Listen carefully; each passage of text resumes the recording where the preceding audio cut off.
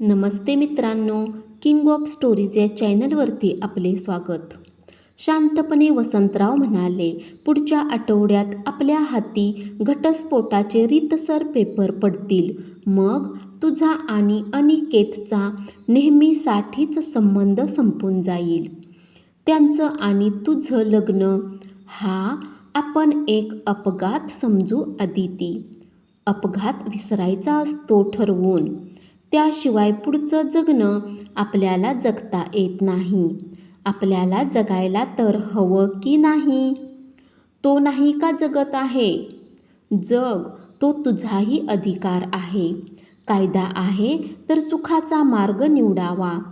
काय? तो आपण निवडला. आता शांतपणे राहा. आईकडे लक्ष देऊ नको. एका लग्नाशिवायही आयुष्यात माणसाला यशस्वीपणे काय काय करता येतं. घटस्फोटात तुझा मार्ग मोकळा होईल. कोंडी फुटेल. दोघं बोलत बोलत खाली आले. सुमननं त्यांना वाटेतच गाठलं. म्हणाली, कॉफी केली. आदितीला आवडेल अशी.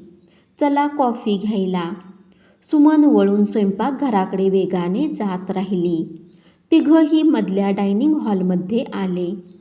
सुमन पुढे आणि तिच्या मागोमाग येत असलेले आदिती आणि वसंतराव तिघेही आपल्या गतीने चालत होती. सुमन एक मग स्वतःकडे ठेवला, दोन दोघाकडे सारले आणि म्हणाली, घ्या, छान केली कॉफी. आदितीनं वसंतरावाकडे पाहिलं आणि आईकडे पाहत ती म्हणाली, बाबांना भजी खाण्याचा मूड आहे. मी करते पटापट भजी. तोवर तुम्ही सावकाशनी कॉफी चाखा. नको बेटा, अजून केव्हा तरी. कॉफी तयार आहे तर कॉफीच घेऊ. मी आपलं वातावरण पाहून म्हटलं. बैस.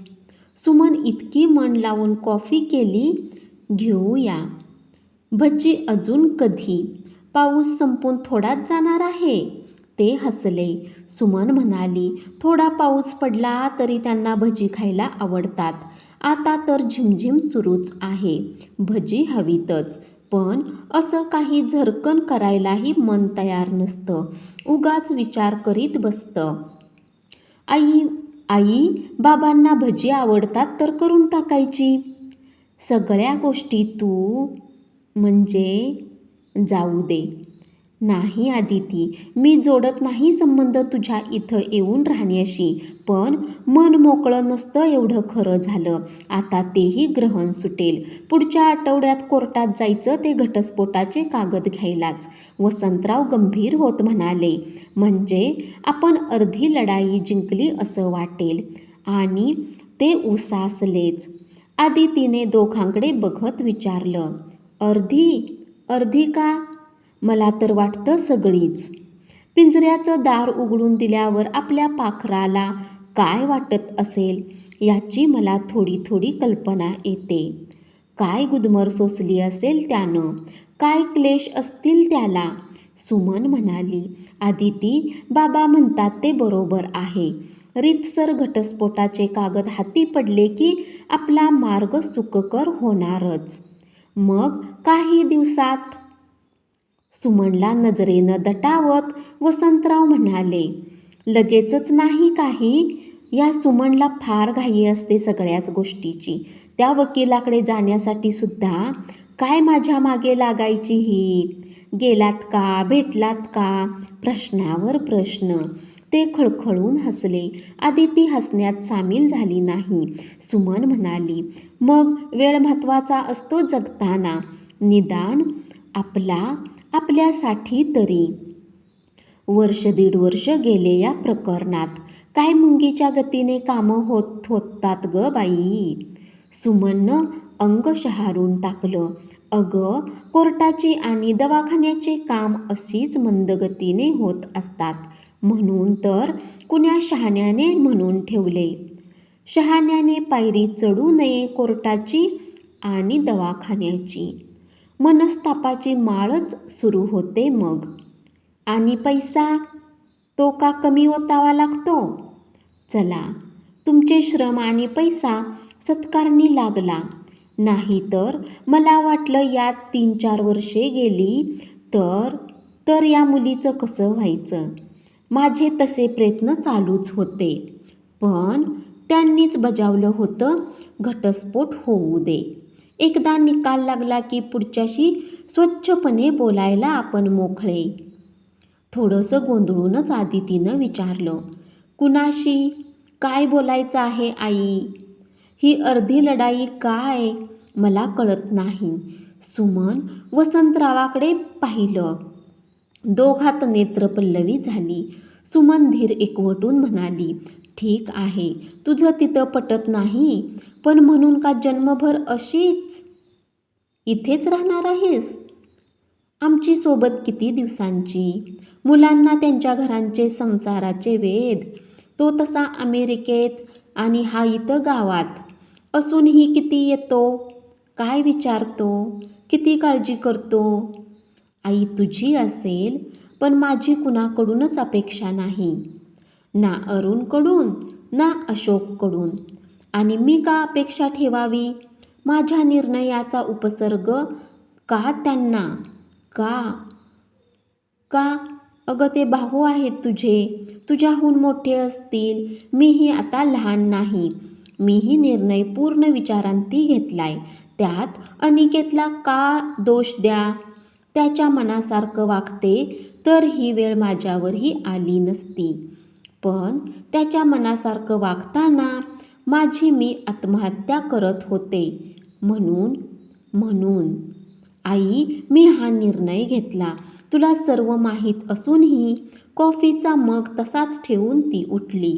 थरथरत टेबलाच्या साह्याने उभी राहिली. कमालीची अस्वस्थ होऊन, सुमन. वसंतराव कडाडलेच. हे सर्व आता आजच बोललं पाहिजे का? आता नाही तर केव्हा? वर्षानुवर्ष माणूस वाढत असतो. हे का मी तुम्हाला सांगायला हवं? सुमन ही फणकाऱ्यानं म्हणाली. आदिती तिथून निघाली, थेट गच्चीवर गेली. झिमझिम पडणाऱ्या पावसानं गती घेतली होती. धारा नजरेला जाणवत होत्या. वरून चमचमत येताना धारा मध्ये तुटून संपून जात होत्या. गच्चीवर पाणी जमत होतं. आदिती एकाग्रपणे त्या धाराकडे, पावसाकडे बघत होती. आसमंत शांत चिंब झाला होता. एक ओली शांतता आणि शांततातून जन्मलेली सावधता सर्वत्र भरून होती. गोष्टी मनासारख्या घडत होत्या, तरी मन आनंदानं नाचत होतं असं आदितीला वाटलं नाही. कोर्टात अनिकेत, त्याचे आई वडील, बहीण, भाऊ, मित्र उपस्थित होती, तर आदितीकडून ती व तिचे आई वडील इतकीच माणसे होती. शिवाय दोघांचे वकील, जज आणि इतर माणसं 50-60 तरी. त्या तशा स्थितीतही आदितीने एकदा पापण्या उचलून अनितकडे पाहून घेतलं होतं. त्याचा चेहरा उतरलेला होता, तसाच वाटत होता. थोडासा लालसर झालेला तिला जाणवला. त्या क्षणी कोर्टात आपण पुन्हा असं वागणार नाही असं त्यानं सांगूनही तिला त्याचा भरवसा वाटत नव्हता. खाली मान घालून बसलेल्या आदितीला त्या भरल्या कोर्टात तिला हवा तसा न्याय मिळत असूनही ती आणि अनिकेत यांना याबाबत काय काय आठवत होतं. सुरुवातीला तो अशोकसोबत त्यांच्या घरी आला होता. त्याची बडबड, त्याचं रूप, त्याचं बुद्धिचातुर्य याने ती भारावून गेली होती. त्याची स्वप्न तर तिला इंद्रधनुष्याच्या जातीची लोभस वाटून गेली होती. त्यामुळे तिसऱ्याच भेटीत तिला मागणी घातली होती, तेव्हा तर ती उभी थरकून गेली होती. होकारही देता आला नव्हता पटकन. आणि मग दोन्ही घरून पसंती, भेटी, ओढ यांनी दिवस गुंफत गेले. भराभरा दिवस संपले आणि ती त्याचीच झाली. त्याच्या आयुष्यात पत्नी म्हणून दाखल झाली. त्याची स्वप्न, त्याचा आवेग या सर्वांची गती त्याने ती गुदमरून गेली. तो वेग तिला सोसेना. तिने त्याला समजावण्याचा प्रयत्न केला. जीवनाची जगण्याची दुसरी बाजू, त्याचे नाव संयम, समाधान आहे असं तिला प्रकर्षानं जाणवलं. ते तिनं दाखवून दिलं. पण तो या सर्वांच्या पलीकडे निघून गेला होता. माझं तेच खरं. पैसा, यश हेच म्हणजे जीवन, अशी त्याची धारणा झालेली तिला कळून आली. त्याला अजून विश्वासात घेऊन अजून पटवून देण्याचे तिने सोडून दिलं. त्याला अर्थच नव्हता आता. आणि त्या दिवशी तर कहरच झाला. दिल्लीची कुणी बडी आसामी आली होती. त्या हॉटेलमध्ये पार्टी देता देता अनिकेत आपणास त्याच्या हवाली करून टाकतोय हे तिच्या लक्षात येताच ती हादरून गेली. सावरत एकटीच घरी परतली चरफडत. तर घरी तो तिच्या अगोदर हजर. काही घडलंच नाही, आपण त्या गावचेच नाही असा चेहरा घेऊन तो वावरत असलेला. तिनं त्या क्षणी ठरवलं. स्वतःशी तिने त्याच्याशी वाद घातला नाही की शब्दाशब्दी केली नाही, भांडण तर काढलंच नाही. अगदी ठरवून रात्रभर ती त्याची तळमळ बघत होती. त्याचे उसासे तिला विरघळून टाकत होते. पण तिने निर्धार केला स्वतःशीच.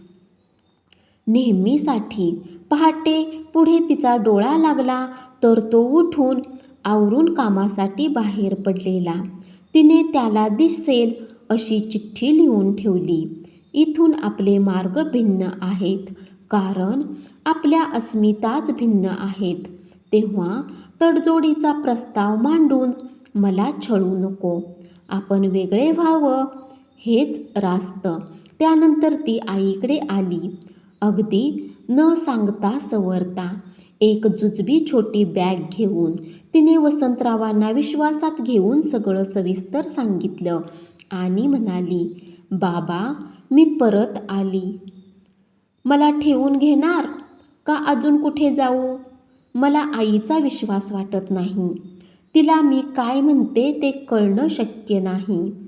तेव्हा तुम्ही. वसंतरावांनाही तो शॉकच होता. अनपेक्षित. कारण अनिकेतचा जम छान बसतोय, पैशाची आवक वाढली हे अशोकनं त्यांना सांगितलं होतं. बाईकच्या जोडीला मारुती बंगल्यापुढे उभी होती. त्याच्या भेटीत बोलण्यावरून त्याच्या गतीचा अंदाज येत होता. त्यांनाही सुख क्षणभर अंगावर आल्यासारखंही वाटलं होतं.